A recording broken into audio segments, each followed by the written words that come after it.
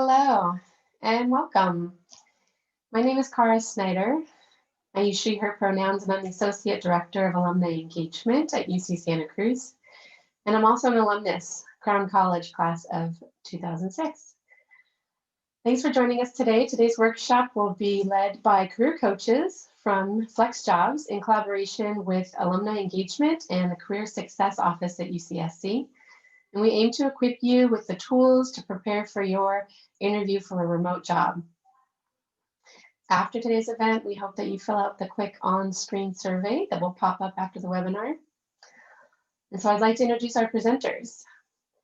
Tracy Capozzoli has an education specialist degree in career and mental health counseling and a Master of Science in Counseling and Human Services. She's an experienced remote career coach with expertise in career pivots and job seeking, with professional experience in higher education, nonprofits, government and independent contracting, and private sector agencies. She also has a military spouse. Cidnye Work has a master's degree in education specializing in college student personnel and a bachelor's of science in journalism focused on strategic communications and public relations. She is a skilled career coach for professional experience in higher education, meeting and event management, and public relation advertising. We're so excited to have our FlexJobs career coaches with us today. And with that, I'm going to pass it off to them.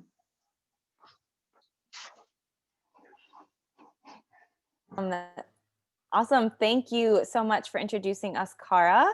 I am so excited to be here along with Tracy. And really quick, let me go ahead and just get my screen shared here for you so we can start the webinar.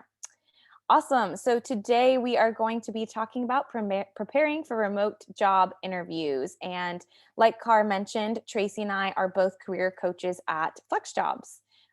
So topics we'll cover today: phone and video interviews, what to expect, common interview questions for remote jobs, how you can best prepare for your interview, and then what ways you can practice those video interviews.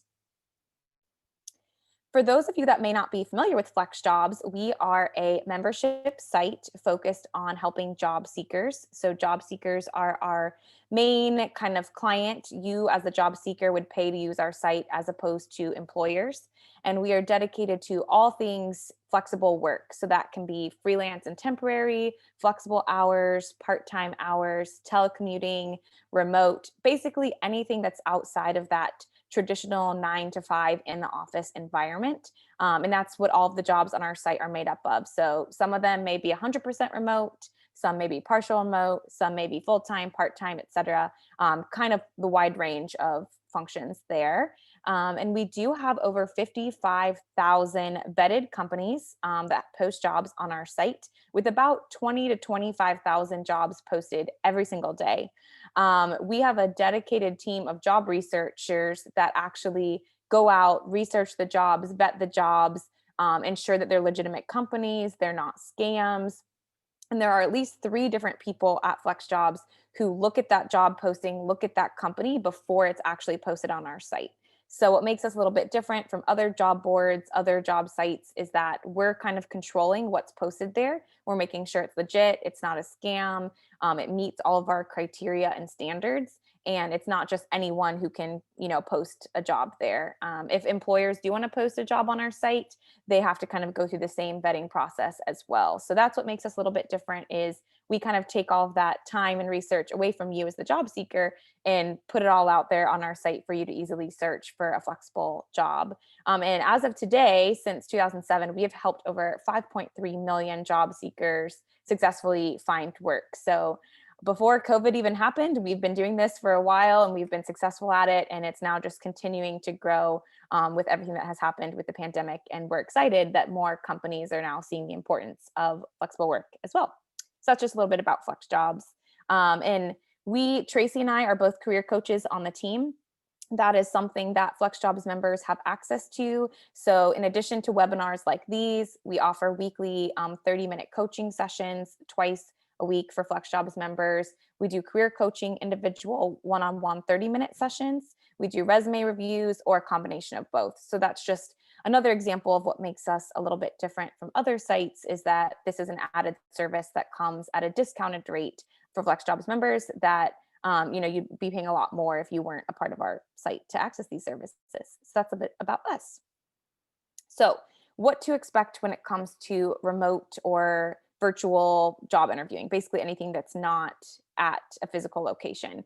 There are a couple different options for interviews. The most common that we've seen are going to be phone, video, one-way video, and pre-employment testing. Basically, if you're not going on site somewhere to interview for a position, these are kind of going to be the most common ways for you to conduct those interviews. Phone interview, pretty self-explanatory, just on the phone. Video interview, same thing, usually conducted via Zoom or Skype, usually those platforms, Microsoft Teams, pretty easy. One-way video, however, is a new trend that we're seeing employers use. And that is actually going to be you getting some sort of link where the questions are computerized or asked via the computer, or maybe there's just a written prompt. And then you hit record and you actually record yourself just talking to the computer. There are a couple of ways, there are a couple of reasons why employers use one-way videos. One, it's a little bit more efficient, as opposed to having a human there asking you the questions, scheduling that time. If there's a job that has a lot of applicants, this is an easy way for them to get a lot of people interviewed without them having to take the personal time to go ahead and do it. The other reason why employers are using one-way video is because they actually want to see how well you do with technology as well. So since remote work and technology and being comfortable with things like Zoom and Skype and Microsoft Teams is becoming more common, they want to see in that interview right away that you're already familiar with these tools, already comfortable using them, and don't have any issues kind of setting up the technology. Now, when it comes to something like a one-way video, it may seem a little weird that you're talking to a computer and you're not talking to a human, but this can actually be something that's an advantage to you because you generally get a little bit more time in between questions to think about how you want to respond. It might be a prompt, tell us about yourself, why you're interested in this position. You get a minute or two and then you can hit record. So you kind of get a little bit more time to think about your answer and practice, what it is that you want to say, as opposed to interviewing with a human and having to think up something on the spot. So even though one-way videos might be a little bit intimidating, they can actually be an advantage as well. Now, what we do suggest is if there is an option for practicing, sometimes there will be a test link or one or two practice questions, definitely recommend doing that.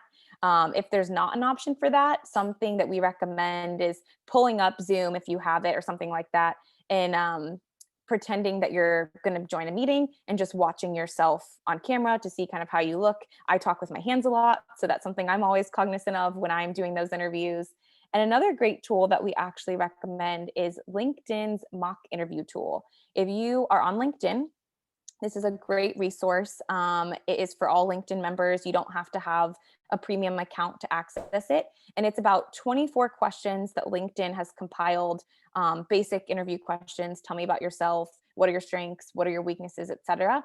And you can actually record yourself on this LinkedIn mock interview tool, practice answering the question, and then get AI automatic feedback on how you did. Now, there are some features that are a bit beyond that. You can get actual human feedback if you are a premium member, but the free version is just as great to kind of record yourself and see how you're doing. So if you feel like you need some of that practice, you haven't done a one-way video interview before, that's definitely something that we recommend is trying out the LinkedIn mock interview tool. Pre-employment testing is another trend that we are seeing a lot of employers use. And pre-employment testing can be a wide variety of things. It can be a skills test. It can be a timed assessment. It could be a case study. It could be a personality assessment. There's kind of a wide range of pre-employment testing that we've seen, and it can happen anytime throughout the process. It could be before you even get a phone or video interview as kind of a pre-screener.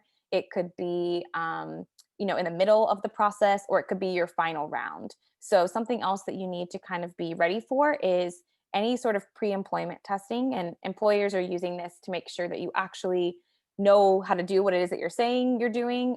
For example, if you're in public relations, they might have you write a mock press release, or if you're wanting to be a consultant, they might send you a case study that you have 30 minutes to work on or something along those lines. So we do have some links on pre-employment testing that I believe will be sent to you all as well, if not in the chat today, that kind of goes over all of those different examples and how to kind of prepare for them, and just know that you might be expected to do some of those things. So as you can see, there are a lot of different interview options when it comes to virtual or remote interviewing. And the best thing you can do to be prepared is just practice, practice, practice, and make sure that you're reading all of the instructions. That's another thing that employers are going to be looking for, is that whatever it is they're sending you, if it's a one-way video or pre-employment testing, that you are going to be prepared, and that you know what you're doing and that you're following those instructions. So just kind of be prepared for that. And that is kind of everything I just talked about there. And now Tracy will talk a little bit about some of those common interview questions that you'll be asked in remote jobs. Sorry, my light's a little bright. Okay, so now we're going to move into talking about common interview questions for remote jobs. So let's move on into those. Next slide, please, Cidnye. Thank you. Okay, so these may be questions that you will be asked by the employer. And we're going to focus mainly on, as for the meaning of today's webinar, remote employment questions. So this is not necessarily for traditional interviewing, though some of these questions there may be an overlap, but generally this is focused more towards remote or flex work interviewing.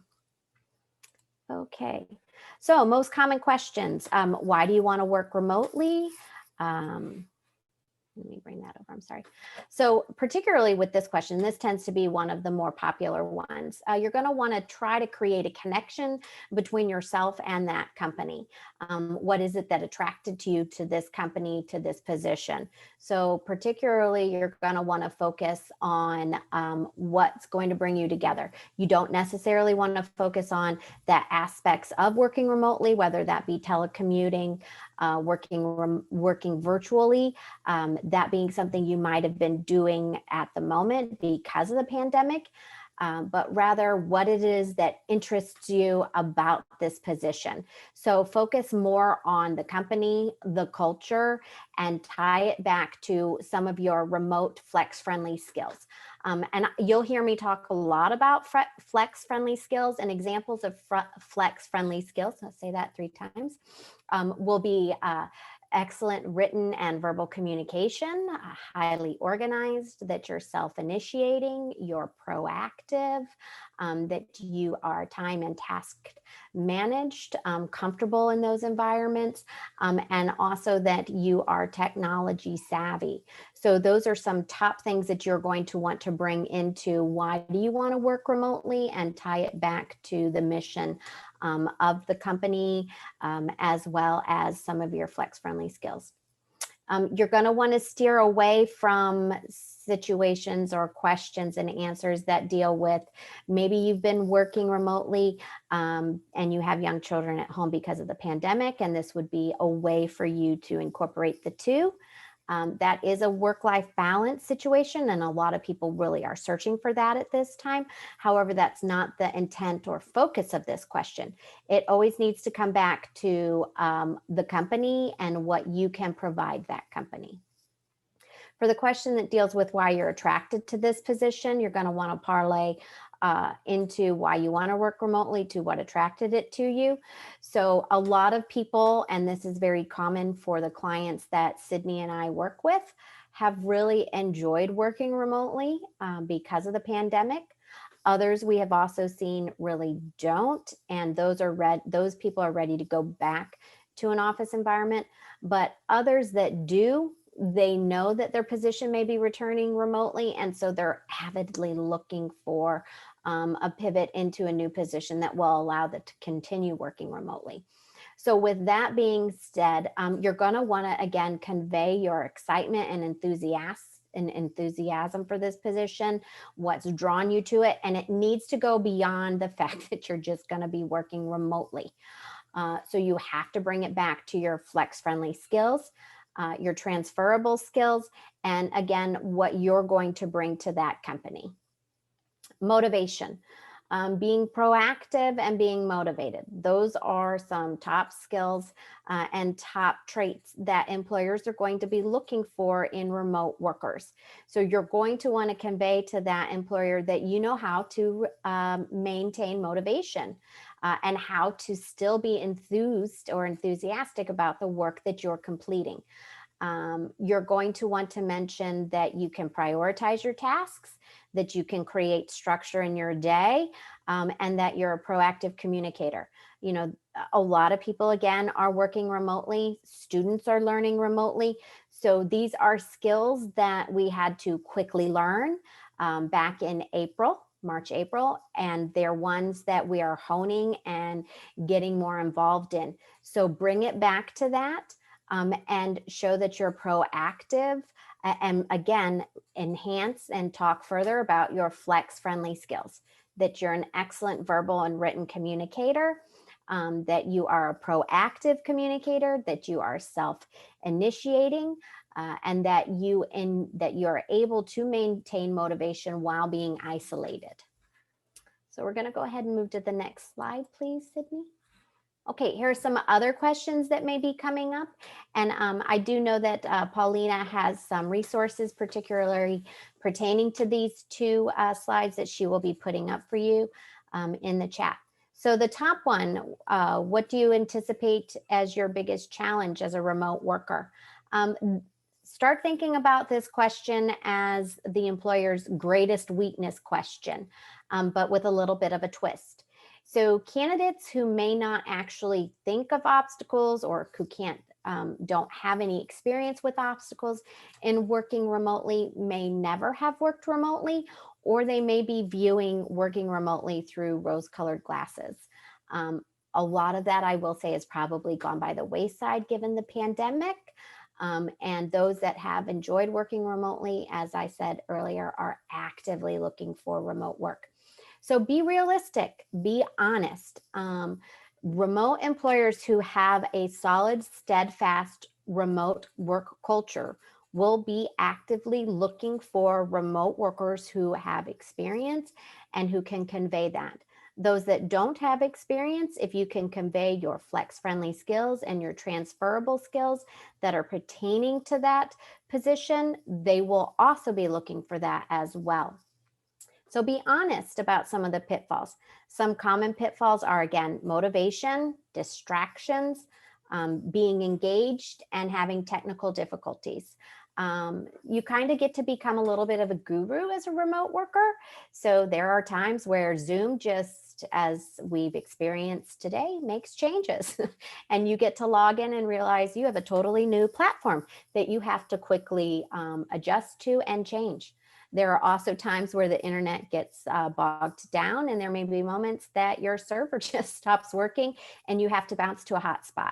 So knowing how to think quickly and be adaptable is going to help you as a remote worker. And you're going to want to be able to state that when answering this question. Particularly when it gets to the question, how do you have previous experience working remotely? That's great for people who actually do have that experience. For those that are learning that today, we are realizing that more workers are gaining that experience as well as students. So when listing out some of the platforms that you have been working on and that you've been engaging with, please consider if you are in a co-op or an internship or even in a hybrid or 100% virtual class, incorporate in those platforms that you're working with, Canvas, Google Classrooms, Moodle, any of the others that are out there as well. And that will then show that you are comfortable working in those environments. Okay, Cidnye, we're going to go ahead and move on to the next question. Our slide, sorry. Okay, so this one is going to be asking about behavioral questions. And the purpose of this is for the employer to really get a sense of your style, your working style. They really want to take a look at your strengths, and it allows them to get to know you on a deeper level. So in order to answer these questions, you're going to want to move into creating a picture, a visualization, where you can create a situation, a task, an action, and a result. So that stands for STAR. You're going to go with the STAR method. This can be a situation that happened in a volunteer experience, in a classroom project, or even in a work situation. It does not have to be through paid positions for you to create these opportunities. So you're going to want to think of a situation. So an example might be describe a time when you had experience where you had experience with conflict on a team, and how did you resolve it? So that situation might be you were tasked to implement a new project management system. And then from there, that meant you had to coordinate with several teams. And unfortunately, there was difficulty between two team members that had been longstanding, and you knew that they would have to work closely together on this project. So a task, or the T part of it, would be, okay, how are you going to create forward momentum? And that might be that you created a timeline where you were able to see where these two people would come together. The action, you would bring them together, have them talk about it, find a way for you to be involved if need be as a neutral party, and then always bring in the flex friendly skills, where you then took notes and went back and sent very clear, concise communication between the meetings of these parties, so that everything was handled appropriately, professionally, and everyone agreed on what was said. And then that ends with the results. And the results may be that the project was brought in on time and then has increased whatever the purpose of that project was by 20% over the first and second quarter. So whenever you're using the STAR method, always bring it back to what's the situation, what's your task, what's your action, and what was the result. There will be several times that you get asked this question, so think of 3 to 5 answers. Create these scenarios, kind of craft them out. If you need to, you can actually craft out what you're actually going to say. You can practice that through the LinkedIn mock interview platform that Cidnye had mentioned earlier. And then that way you get a sense of what you're saying, how you're conveying it, and if you actually are using the STAR method. Okay, so we're going to go ahead and move forward to the next question, the next slide. Okay, questions to ask. This is a very important piece of remote work and remote interviewing. So every company that has a remote work culture right now, and that is interviewing, some may be new and some may be more well established. So you're going to want to ask, what is your onboarding process like? Are you going to provide training? What are the remote collaboration tools that you use? What does a successful remote worker look like for you? Companies that are functioning in the pandemic should be able to answer these questions. And for those that are looking for 100% remote, these questions might be very important for you to gauge whether or not you'll want to move forward with that opportunity. For those that are looking for remote back into a work from office where you have to go back to a physical environment, they should be aware that some of these questions they should be able to answer, but they may still also be changing. Companies that have had to quickly create a work from home environment are learning, and they've had their pitfalls and they've had their growth moments. And so now they're taking that into account. So be very clear with the questions that you ask on what is expected of you, how you'll be evaluated, what does the communication look like. They should be able to answer it. And they should also be able to tell you honestly that this is where we are, this is what we've learned, and this is what we're moving towards. If they can't answer these questions, then that's something for you to consider if that's a place you want to move forward with in terms of employment. Next slide. Okay, we're going to talk about how to prepare. So preparing for your video interview. So always take into account that when you get to this point, that company has actually reached that point that they are actually visualizing you in this role. So this is great. So carry that confidence with you through your preparation and into the actual interview. That makes it so much easier. There will be moments where you're going to be nervous, that you're going to need to take a step and you're going to need to breathe, and that's okay. But always remember, you made it through the first part, so now you're into the actual preparation. So research, always do your research. Glassdoor, to take a look to see whether or not any employees or former employees have listed what the interview process looks like. Tips and suggestions, talking points.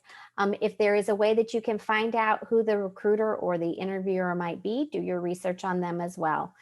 Try to find them on their social media platforms, whether that be more than LinkedIn. Also consider looking to see if they have a Twitter feed, if what their Instagram looks like. Get a sense of not only the company, but also the interviewer if possible. Outline, prepare your talking points. You don't have to necessarily create a script. Some people really do better with a script where they can then practice, like through that LinkedIn mock interview system through LinkedIn, or if you guys have an opportunity to do mock interviews through your alumni program here at UCSC, definitely take advantage of those opportunities. See how you sound when answering the questions. See if you're actually looking at the camera. That's a very important part. Practice out loud. Practice in front of your mirror. Turn your webcam on. If you don't know how on the iMac, you can always go to the photo booth app. And I believe on a regular PC, they also have other apps that you can download as well. So get comfortable in front of technology, in front of other screens. If need be, you can create a Zoom meeting and go ahead and Zoom yourself and turn your webcam on that way. And then you always have the opportunity to revise what you're saying, what the presentation looks like, the lighting, things like that. Okay. For those that are coming into students who are recently graduating or coming up on graduation, I do want to let you know that we are finding that remote jobs are increasing. And they are coming onto our site at a regular basis. So even though we're in the middle of the pandemic and we don't exactly know how it's going to continue playing out, we do see that remote work is slowly growing and it is maintaining a steadiness. We have noticed that we do track about, I think, 25 different job categories. And we do see that about 7 particular categories have greatly increased. So people are making pivots. They're kind of really leaning on their transferable skills, or what we also call job functions, and moving into new industries and new sectors if possible. So for those top 7, we are seeing that competition is a little bit more fierce with job searching and with the interviewing. So being prepared is very important. For recent grads, if you have an opportunity to do an online remote internship, please jump at that. And if there's an opportunity for you to do any sort of online volunteering through volunteermatch.org, and I'll actually put that in the chat for Paulina.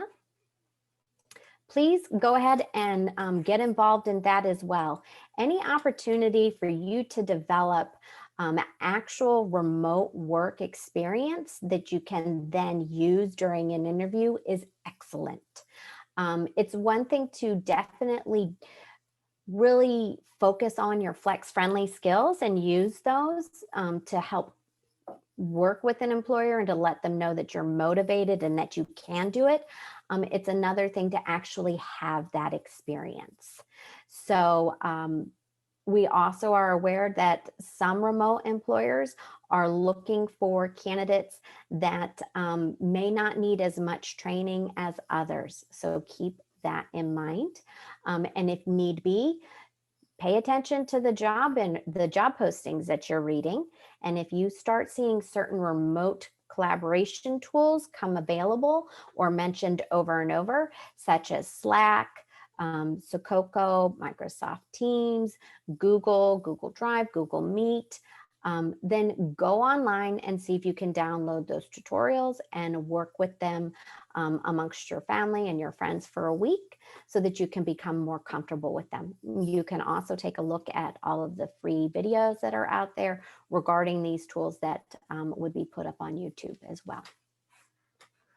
Okay, next slide, Cidnye. Okay, steps for success. We've talked a little bit about this already, but these are some things that you're going to want to take into account when doing your remote interview. So choose a quiet space if possible, remove your distractions, note the environment, and a little bit about the environment. We have noticed that conversation has come up, and it is a trend about customizing your background. So when you take a look at mine, this would be what they call the background. This is the new trend that we are seeing with remote work. So not only do you want to still dress appropriately for the interview as how it's going to match that company and that company's culture, consider the background as well. Regarding that, at the same time, steadfast rules are not in place with a background and customizing a background.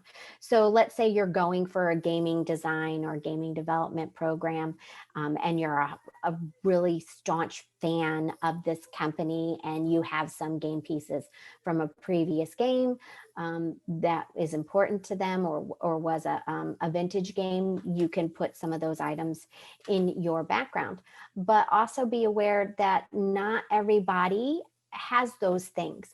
And so we are watching and monitoring how that's going to play out in terms of creating a level playing field for remote videos. And that's something that could possibly happen.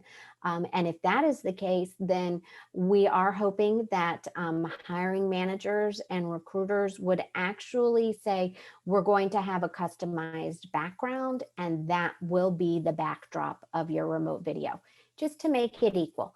Given the pandemic, a lot of personal and professional lives are merging. And so when you're logging in and creating these, having these video exchanges, people are starting to merge those together, and they're starting to look and explore. And during that time, who knows where that could go and what it could lead to in terms of unfair advantages that just are not right.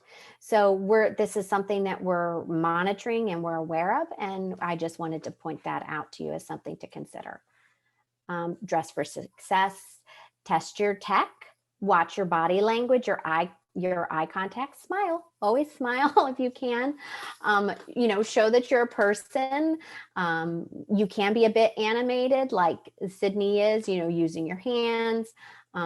You definitely don't want to interrupt. You want to convey that you're connected, that you're involved in the conversation, and then always ask for questions and follow up.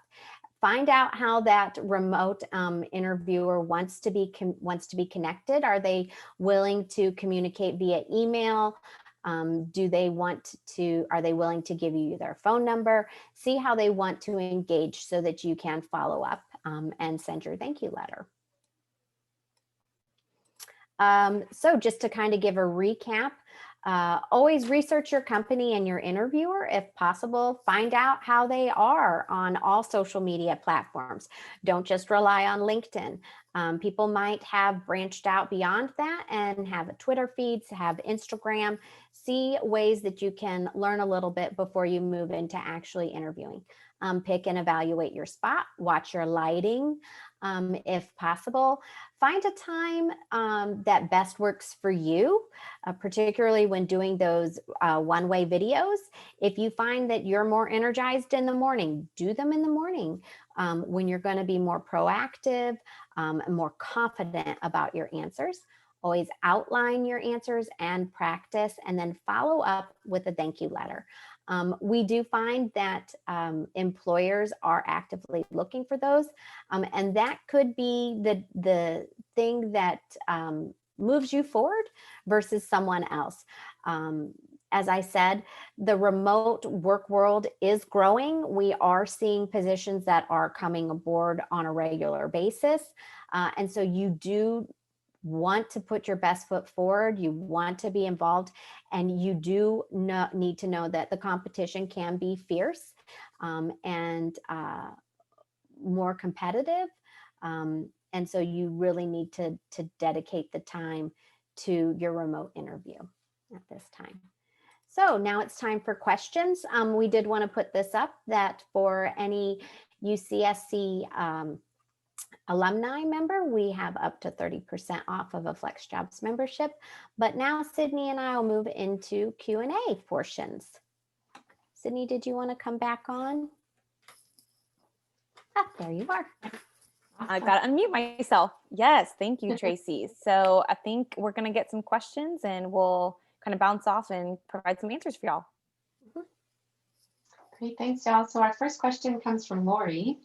They're asking the question about the state of California, but maybe you could just speak to if this is different state to state. The question is, do you have any advice regarding or samples of statements of qualifications and the documents required for most jobs?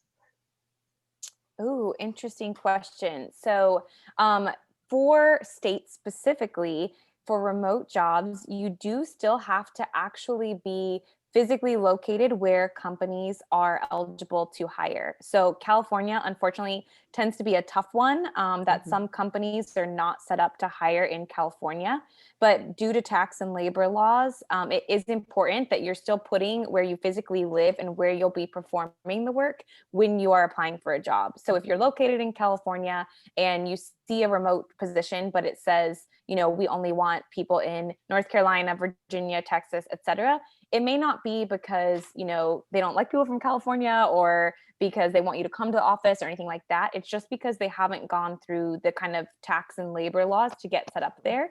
California in particular, like I mentioned, is one of the tougher ones. And we can provide some resources about California specifically to send out afterwards.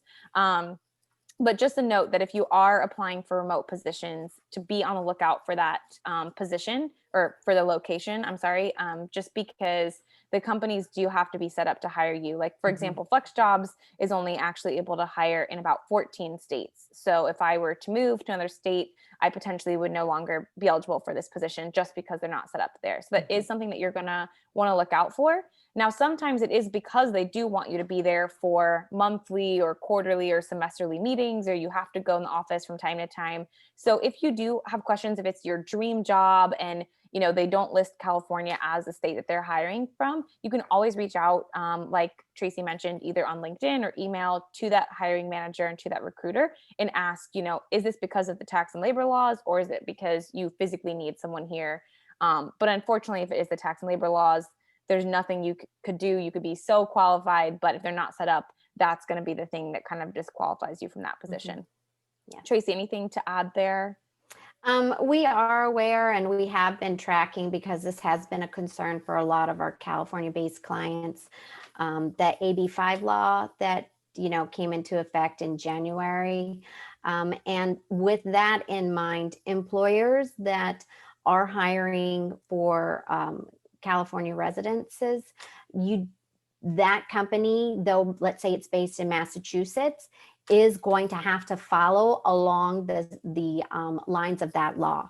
So if that company is reclassifying their employees from a 1099 contractor and they're required to make them a part-time employee, then that company that's based in Massachusetts is going to have to honor the California law.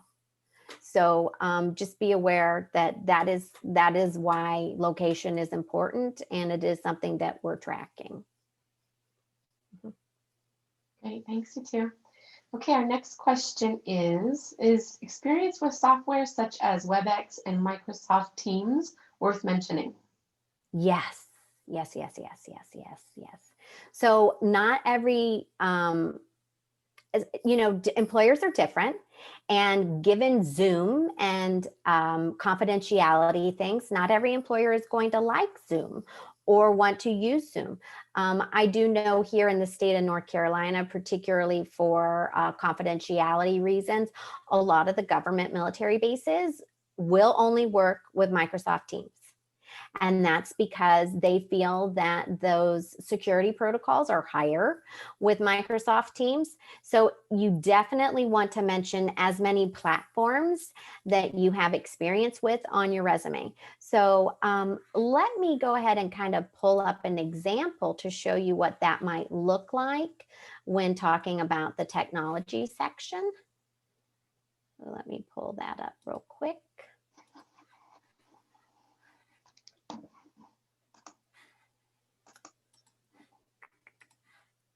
Okay. Okay, and I'm going to turn on my screen.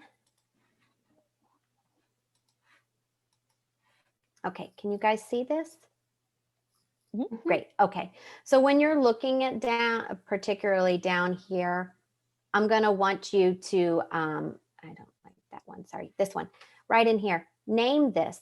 Name it remote collaboration tools, and then you list them all there. You can even break it up into various different platforms if you want to. You can call it document software. If you're going for an office administration position, you could call it office productivity software. And then you can do additional. So this can get quite extensive. And that's why I said, if you've been working with Google Classrooms, or Canvas or Moodle, go ahead and put all of that in there. So yes, we do encourage that. Okay, so now I'll turn my screen off. All right, our next question, it's more of a request. Can you say more about thank you letters? Yeah. Oh, yes. Yeah, I think we have some examples of that too. We might even have an article that we can send if it's not one of the links we did already. Thank you letters. So the question today a lot of times is handwritten or via email or via LinkedIn, or what's kind of the best way to do that. Typically email is going to kind of be your best bet, just because with a handwritten, even though those are nicer to receive, they're a little bit more personalized. You don't know how long it's going to take to get there. And you generally want to be sending that thank you note within 24 hours of your interview. So email is going to be the best method for sending those thank you notes. And if you had an interview with multiple people, you're going to want to send each of those people their own thank you note as well, kind of tailoring each to what that person may have brought into your conversation.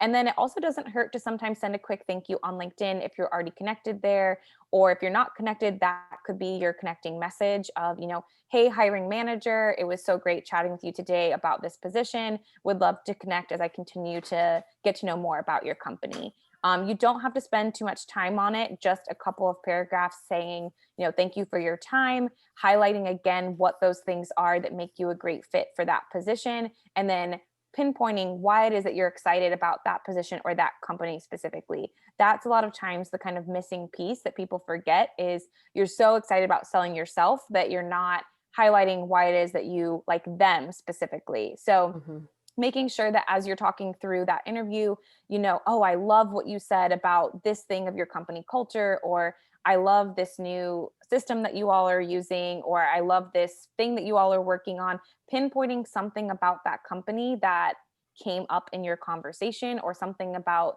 what it is you'd be doing in that job. Like, oh, I would be so excited to get started working on building up the donor base, or, creating this new program from scratch, highlighting something specific about the company and the role that you all talked about in that conversation. But definitely do those thank you notes, send it within 24 hours if possible, and you would be surprised how many people don't do them. So that is just one more thing that recruiters are saying really helps candidates stand out that not everyone does.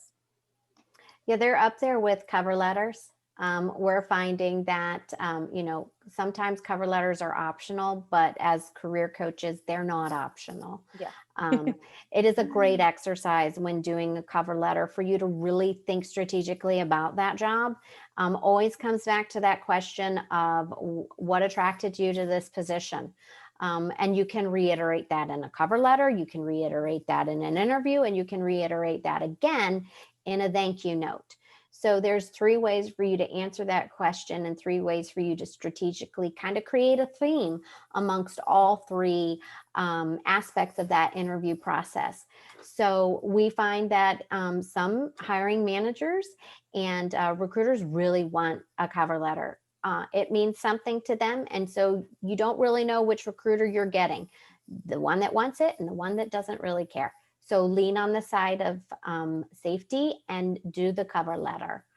It's very important. And it's a great exercise for you to start thinking about this opportunity and why it matters to you and why you're of value to them. Just want to echo that. Yeah, always, always, always what you offer the company and why you like them. Can't say that enough. All right, our next question is about cold calling recruiters.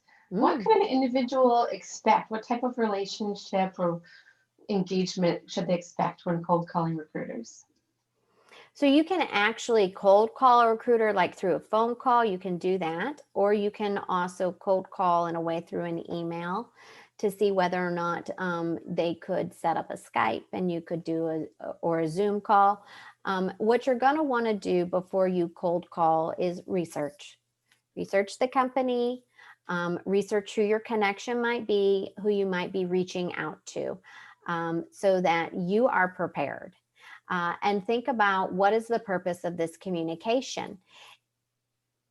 Ultimately, we all know that it's because you want to get a job.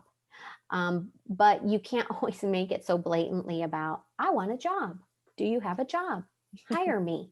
It can't always be about that. So try to see if you have a connection in common.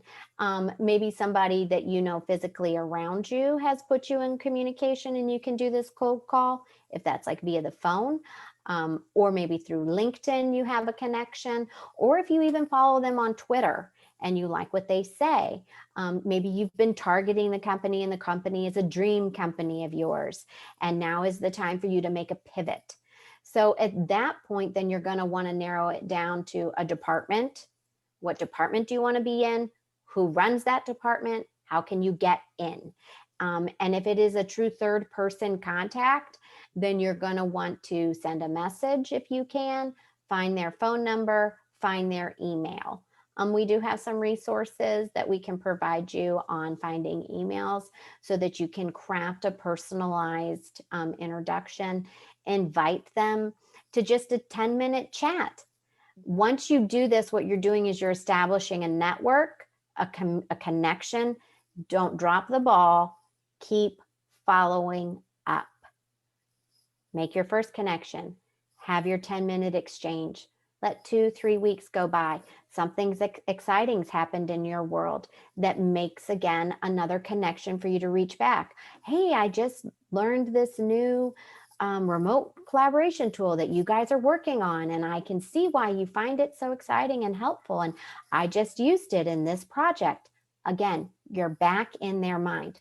And then maybe another 2-3 weeks goes by, they've posted another great an opportunity. You wanted to reach out to talk a little bit more about it. So you're always there, kind of, hello,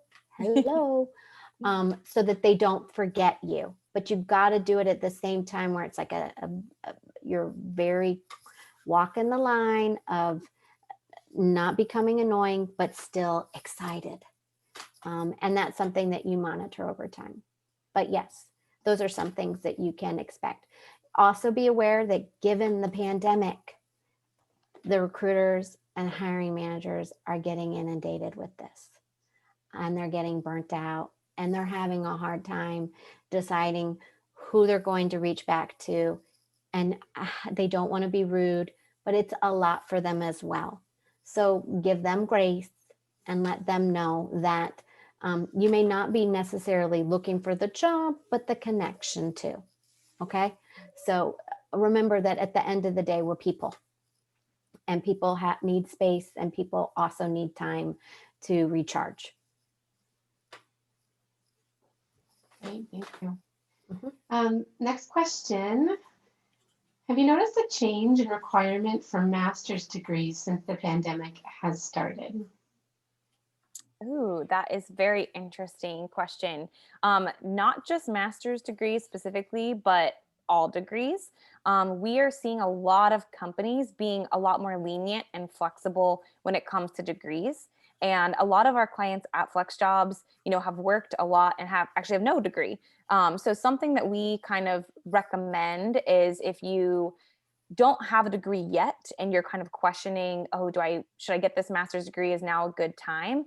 Always kind of research that role and that company first to see if it's really necessary, similar to what Tracy was just talking about with researching or reaching out to recruiters, is finding someone at the company or in a position on LinkedIn who's doing what you want to be doing, and reaching out to them and kind of asking them, hey, do you have 10 minutes to tell me a little bit about what you do, and how you got here, and any tips for someone who wants to, do this role.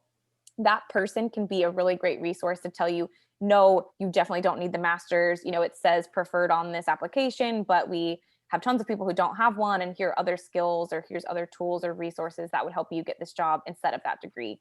Degrees are expensive. I have a master's degree. I know Tracy does as well.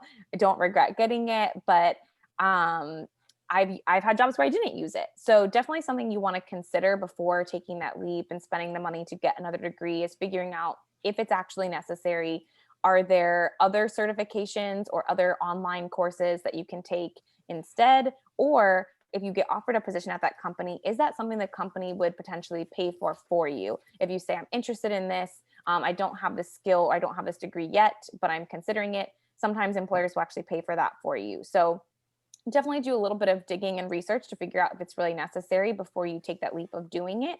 Asking people who are currently doing the role, or asking, people who work at that company if it's actually necessary. But we've seen a lot of companies be more flexible about, we'd rather have someone who's flexible, adaptable, and a fast learner, and willing to kind of just jump right in right away, and you're going to be moldable and we can train you, rather than having that degree. So don't kind of fret if it's not something that you have or don't have yet, because there are kind of some options out there. Now, granted, if you're in a very specialized area, engineering or architecture or whatever it might be, that that's a requirement or a specific certification, that's a different story.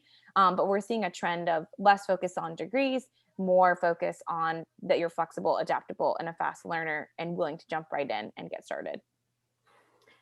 Yes, and I'm going to kind of piggyback off that. I just sent and she put it in, Paulina put it in, but LinkedIn has gotten together and they've created a great skills compilation page that you can go to for making a pivot into different types of careers or sectors, piggybacking off of the skills that you have, and then skills that you want to learn. And so also when thinking about different kinds of degrees and certifications, they don't always have to be done in a formalized setting. We're finding that a lot of skills learned through like Udemy online, or I think it's called Coursera. Coursera, yep. Mm-hmm. And then there's another one out there, General Knowledge, or they have I can't remember that one, but there are several different kind of formalized, informal skills that you can learn, certifications that you can put on your resume as well. And then you can highlight that is online virtual studies platforms. Again, remote work doesn't have to always be actual work. It can be studies. It can be self-study, self-professional development, things like that. So you can include that as well. And we're finding, as what Cidnye said, companies do want people that have a growth mindset. And that's another great flex-friendly skill that you want to highlight. Great. Okay, we have time for one more. And then we will wrap up, and I'm going to combine a couple of questions that are about how to respond to certain questions in an interview pertaining to gaps and career pertaining gaps. to shorter amounts of times at employers. So how do you answer the question if you have multiple jobs that are just 6 months in each company? How do you answer that without just saying I hated it there? And how do you explain and how do you explain a gap after graduating or between jobs? Yes, these are great questions, and we talk about these to our clients all the time. So thank you. I'm sure Tracy's going to pull some resources to I pop in am. the chat as well. Thank you, Tracy. I knew you were. Yep. We actually have a template, a PDF that talks about employment gaps and how to address them with examples. So one right now, a lot of people are laid off or furloughed from COVID. So we recommend just putting that right on your resume, addressing it right away. You don't want to leave any kind of questions or concerns for a hiring manager to make assumptions about you based on what is or isn't on your resume. And you want to be in control of the narrative, right? So if you are someone who is laid off, we recommend putting, professionally active career break. One of many people furloughed or laid off due to COVID-19 global pandemic. And in the meantime, I am doing online learning, or I'm pursuing this certification, or I'm, doing XYZ, maintaining like my professionalism and being active during this time. If you are someone who was a stay-at-home mom and you have been home with your kids for several years and you're now, wanting to return to work, putting that on your resume as well. Full-time stay-at-home caregiver, intentional pause to focus on caregiving, but excited and energized to return to work. It doesn't need to be a lot. One bullet or two bullets is perfectly fine, but putting that on your resume, addressing it right away. And then in your cover letter, like Tracy was talking about earlier, you can further share information or further explain yourself there if you wish. And then same thing in your job interview. But employers are going to really kind of respect and appreciate that you're giving that information to them right away. They're not having to seek it out. They're not making assumptions, and they can just, see whatever it was that you were doing. Now, when it comes to jobs with short time periods at them, we also recommend creating an additional related experience section. Two reasons you can create this. One, we recommend for our older clients, we recommend current trends is 10 to 15 years of work experience on your resume, and to combat any potential ageism there, putting the additional related experience section and removing dates. You can also do that for short gaps on your resume as well. So you would create it, additional related experience. You would just put the job title and position in a couple of bullets and just remove the dates altogether, so they're not even included there. Now, depending on if the job is even relevant to what you're applying to, you may not need to include them at all in your position. There's nothing that says every single job you've ever worked has to be on your resume. And typically, if you've had a lot of different jobs, employers really don't want to sift through 3 or 4 pages of all of that. So making sure that you're tailoring your resume to every single position that you're applying to. And if the position that you had that, only a couple of months there isn't really relevant to the position you're applying to, no need to put it there. If it is relevant, then you could go ahead and put it in that additional related experience section there, or you could even put just the years and not the month and the year. Those are a couple of examples of how we recommend going about that. But like I mentioned earlier, you want to make sure that you're kind of controlling that narrative yourself on your resume and in your cover letter, and just addressing it right away. It's nothing to kind of shy away from. And one last thing to answer is if the jobs, let's say they're all 6 months, but they're within the same career theme of office management, office administration, office operations, and it was really the person environment fit. There was a disconnect between the employer. You can lump them under a themed career posting or like a job description. So you would have one job description and give yourself a title, office administration, and then just list the dates. And then underneath that, you're kind of nesting it. You would then list the actual job, the company, and then the dates of that position. And if they were contracted ended or whatever, you could do it that way. We have done this several times, particularly for people who have been in hospitality, and they've bounced around from being servers to bartenders to operations managers. And so you create it under that, and then you can list the dates all in one and break it into individual dates underneath. And then you give a generalized description of that work, and always try to end with some snapshots of results or hard hitters if you have some. And know that those hard hitters do not always have to be numbers. They don't have to end in numbers. So if you were promoted, if you were constantly requested for projects, if you were the person that people always went to for project development, those are great soft hitters to put in that create value and worth just as much as your hard hitters do. Yes. And one quick thing I just want to add in there too, to the person who asked the question about having multiple jobs. Sometimes, like Tracy mentioned, that can be a sign that you just haven't found the right cultural fit. You haven't meshed well with a company or with an employer. So I'm popping a link into the chat right now. We actually recently published an article a couple of weeks ago about finding the right cultural fit.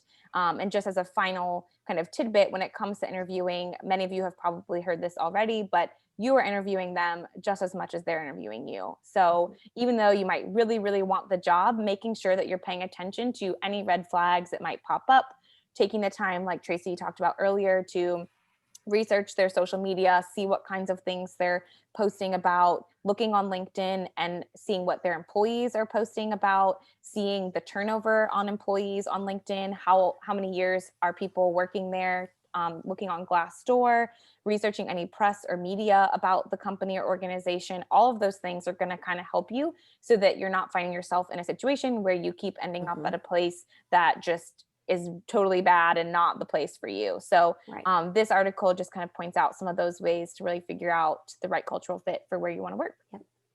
And no, you can always choose to remove yourself from an interview. If you find maybe in a second interview from the first interview, the position was not as advertised, and you think that it's going to be more of a partnership position, and yet it's really a sales-based position, and you're not a sales-based person. And if it's not a fit for you, and if it wasn't advertised, then you can gracefully exit and thank them for that opportunity, and that you really enjoyed it and you think they have a great culture, but they're not a fit for you at this moment. And you tend to get a lot of grace from them, and they'll remember you in a positive manner should another opportunity come available down the line that is a better fit for you. It is a two-way street and a communication between individuals at the bottom line, just like what Cidnye was saying. So good. Thank you so much. We're going to wrap up, but before we do, we want to share a few more things with you. On behalf of UC Santa Cruz, I want to thank you all for joining us today. We are here for you at every step of your career to support you. And I'd like to thank our career coaches, Cidnye and Tracy, for presenting today and for supporting the career success of UC Santa Cruz students and alumni. I'd like to remind you of some online mentoring that we have. Alumni are available. Once you've absorbed all the information today, once you're ready to practice your interview, utilize the Career Advice Network. There are hundreds of alumni who offer themselves on a volunteer basis to have career conversations. They will give you practice interview sessions. They will look at your resume and cover letter. There's free coaching and mentorship out there. You just have to access it and utilize them. So as we wrap up today, I want to remind you that there's a special code for FlexJobs and their services.